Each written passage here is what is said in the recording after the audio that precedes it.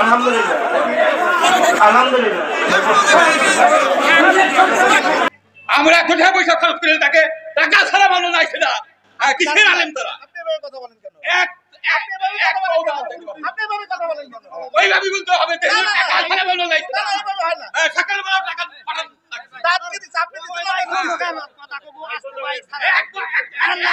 দেখতে দিব না যদি এখানে ভালো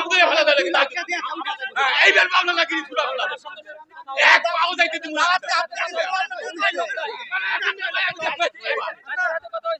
না কম দেওয়া যায় আমি দেখুন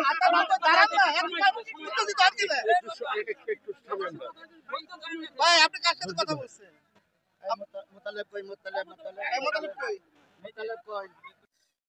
কাব ইবনে আশরাফ বলতে আমি তো এমনি এমনি টাকা দেই না, আমি টাকা দেই তার একটা উদ্দেশ্য থাকে।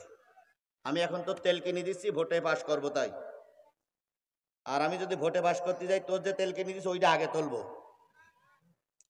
আমি তোর বিরিয়ানি দিচ্ছি এমনি এমনি না, কি করব ভোটে পাস করবো তাই, যদি ক্ষমতায় যাই বিরিয়ানির টাকাটা আগে তুলবো। এই কথা বলেন না কেন, কথা বলেন না কেন? তাহলে যে নেতা আগে টাকা দেবে তার উদ্দেশ্য খাওয়া, যে নেতা টাকা দিয়ে কর্মী চালাবে তার উদ্দেশ্য হচ্ছে ক্ষমতায় গিয়ে 20 কোটি খরচ করলে 25 কোটি তুলবো। আর যে নেতাদের টাকা কর্মীরা দেয়, যে নেতার টাকা কিসে দেয়? কর্মীরা দেয়। ওই টাকা যদি 1 সের গম খায়, আমি দাঁড়াই বলবো যে আমার টাকায় তুমি ভোট করেছো, তোমার টাকায় আমি কি বলে তেল কিনিনি, তোমার টাকায় বিরিয়ানি খাইনি, আমার গরিবের মাল খেয়েছো, হয় বের করো নাই ভুড়ি ফেরিয়ে বের করা হবে। এ কথা আমরা বলতে পারবো কারণ আমার টাকায় ভোট করতেছি, তোমার টাকায় আমরা ভোট করি না। কথা বলেন।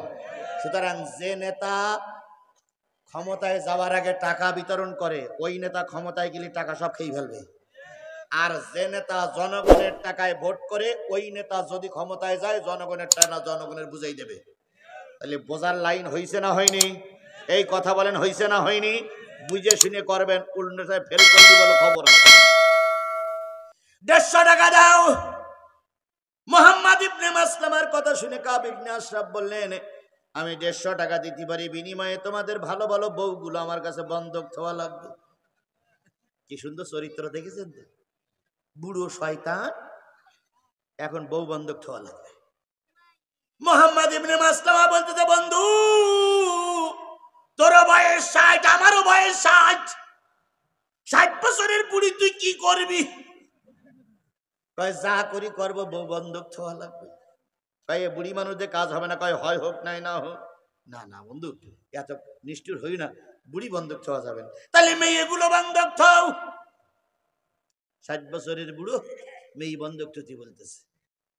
আমরা একটা গান শুনেছিলাম, 60 বয়সে বুড়োর যৌবন এলো। চামচামি আমাদের দেশে চলছে না? চলছে না? কাফেরেরা যখন চামচামি করে তখন দোষ হয় না, কিন্তু যখন হুজুররা দিয়ে হুজুরদের বিরুদ্ধে চামচামি করে তখন দেখতে খুবই খারাপ লাগে, শুনতে খুবই খারাপ লাগে। কথা বলেন, কথা বলেন। সুতরাং এখন আপনারা কারো চামচামি শুনবেন না, আর কেউ চামচামি করলে ডাইরেক্ট জবাব দেবেন, চামচামি চলবে না। কোরআন হাদিসের কথা বলেন, দেশ যেদিকে যাচ্ছে সেই দিকে যান, নতুবা তোমার মতন চামচামি হুজুরি রস শুনতে রাজি না। হয় কোরআনের কথা বলো, নতুবা নেমে যাও চামচাম দাও। চামচামি চলবে না আমার দেশে। কথা বলেন, কথা বলেন, কথা বলেন। বড় বড় আলেমরা সিদ্ধান্ত নিয়েছে তোমার মতন দুটো চুটি চামচামি করতে চাও, এই চামচামি বন্ধ করো, নতুবা জনগণ কিন্তু সব অপেক্ষায় আছে, একদিন না একদিন উচিত শিক্ষা দেবে। আমার ভাইয়েরা, কাব ইবনে আশরাফের মনে মনে লেগে গেছে লাইন ভালো, তাহলে কি করতে হবে? বন্ধু বন্ধু শোনো, আমরা আসছি তোমার সাথে যুক্তি পরামর্শ করার জন্য, আমরা মোহাম্মদের দলে থাকবো না। তো বলতেছে তাহলে যাক, ভালো, খুব ভালো, খুব ভালো, দাঁড়া আমি নামতেছি। কাব ইবনে আশরাফ বলতেছে আমি নামতেছি, তুমি আসো আমার গেটের সামনে আসো, আমি নামবো। মুহাম্মদ ইবনে মাসলামা 3 জন আসছে, 3 গান তরবারি আছে, রাসূলের দলের থেকে এর দলে যোগ দেবে।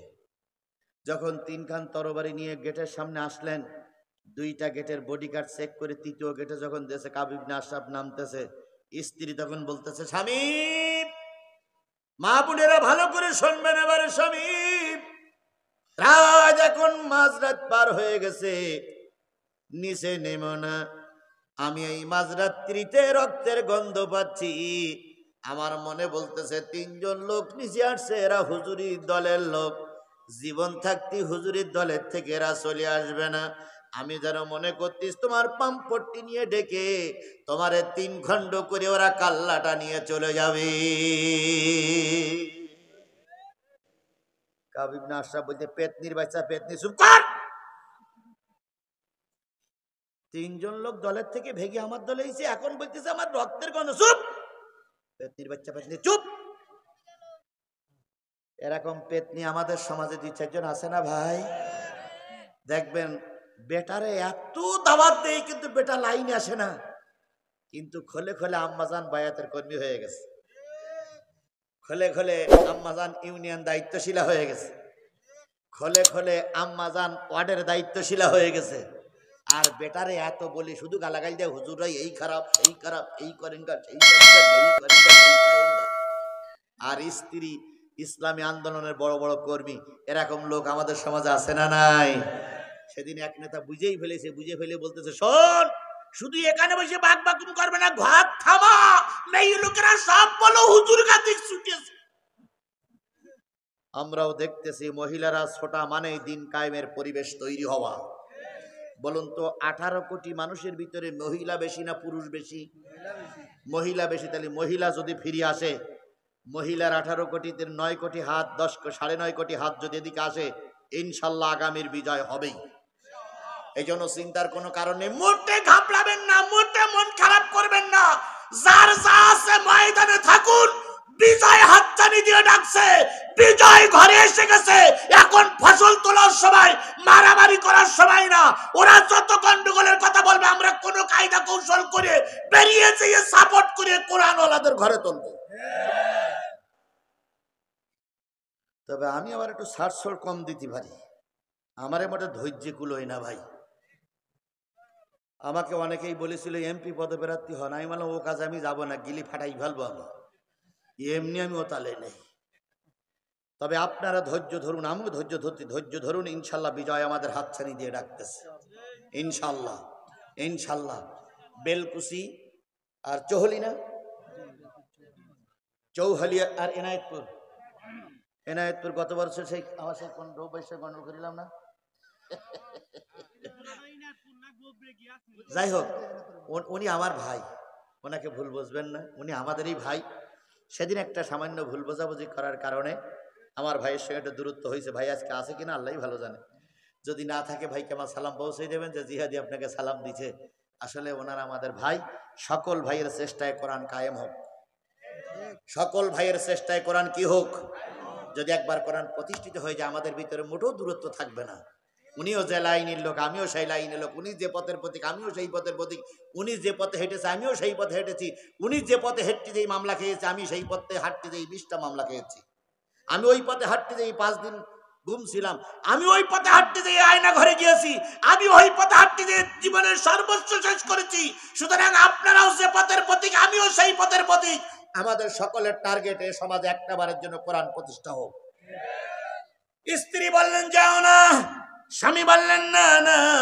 ওরা যখন এসেছে তখন ওরা নিশ্চয়ই আমার দলে থাকবে। আল্লাহ বললেন ওয়াজাহিদু ফিল্লাহি হাক্কা জিহাদি ওয়াস্তাবাকুম ওমা জাআলা আলাইকুম ফিদ্দীনি মিন হারাজ। দ্বীনের ব্যাপারে কোনো বাড়াবাড়ি চলবে। এবার আল্লাহ বলতেছে শোনো, এতক্ষণ যারা ওয়াজ শুনলে শোনো, মিল্লাতা আবিকুম ইব্রাহিম, তুমি তোমার পিতার ইব্রাহিমের মিল্লাতের পরে টিকে থাকো। বলুন তোমার পিতা ইব্রাহিমের মিল্লাতের নাম কি? ইসলাম। মিল্লাতের নাম কি? আমার ইব্রাহিমের রবের নাম কি? আল্লাহ। তাহলে ইব্রাহিমের রবের নাম আল্লাহ, ইব্রাহিমের দিন ইসলাম, আমারও রবের নাম আল্লাহ, আমার দিনের নাম কি? ইসলাম। আর তিনি তোমাদের পিতা, তিনি তোমাদের নাম রেখেছেন মুসলমান।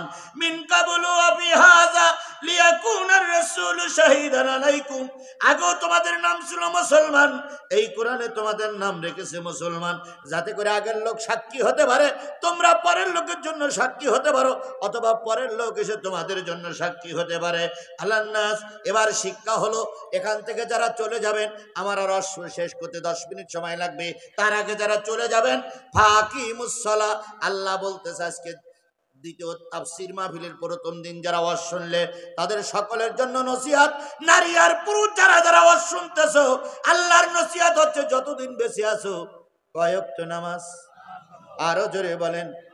শুরু করিলাম নামাজ দিয়ে, শেষ করলাম ফাকিমুস সালাত ওয়া আতুজ যাকাত, পয়সা বেশি হলে যাকাত দাও।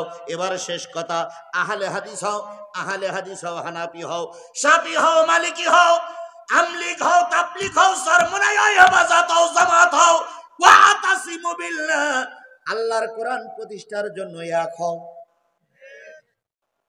আল্লাহর কোরআন প্রতিষ্ঠার জন্য কি হও? জোরে বলেন, আরো জোরে। অন্যান্য জায়গায় মতপার্থক্য সৃষ্টি করা যাবে, কিন্তু কোরআন প্রতিষ্ঠার ব্যাপারে কোনো মতপার্থক্য সৃষ্টি করা যাবে না। কে বলেছেন? আচ্ছা, অন্য জায়গায় মতপার্থক্য সৃষ্টি করা যায়, দলিল আছে? আছে। যেমন দেখেন, আমরা হাত বান্ধি নাবির নিচে, আর একজনের হাত বান্ধে, এরা কি? আহলে হাদিস। কোন অসম্মানমূলক কোন শব্দ ব্যবহার না করি। ওনারা বুকের পরে হাত বান্ধে, ওনারা কি? আমরা নাবির নিচে হাত বান্ধে, আমরা কি? হানাফি। আমরা তারাবির নামাজ পড়ি কয় রাকাত? ওনারা পড়ে কয় রাকাত? তাহলে নামাজের ভেতরে মতপার্থক্য সৃষ্টি করলে নামাজ হবে? হবে। বুকের ভিতরে হাত বাঁধলে নামাজ হবে। বুকে যারা হাত বাঁধে তাদের নামাজ হচ্ছে না, কথা বলার মতন কোনো লোক আছে? তাহলে বুকের পরে হাত বাঁধলে কি নামাজ হবে? নাবির নিচে হাত বাঁধলে নামাজ হবে। 8 টাকার তারাবির নামাজ পড়লে রোজা হবে।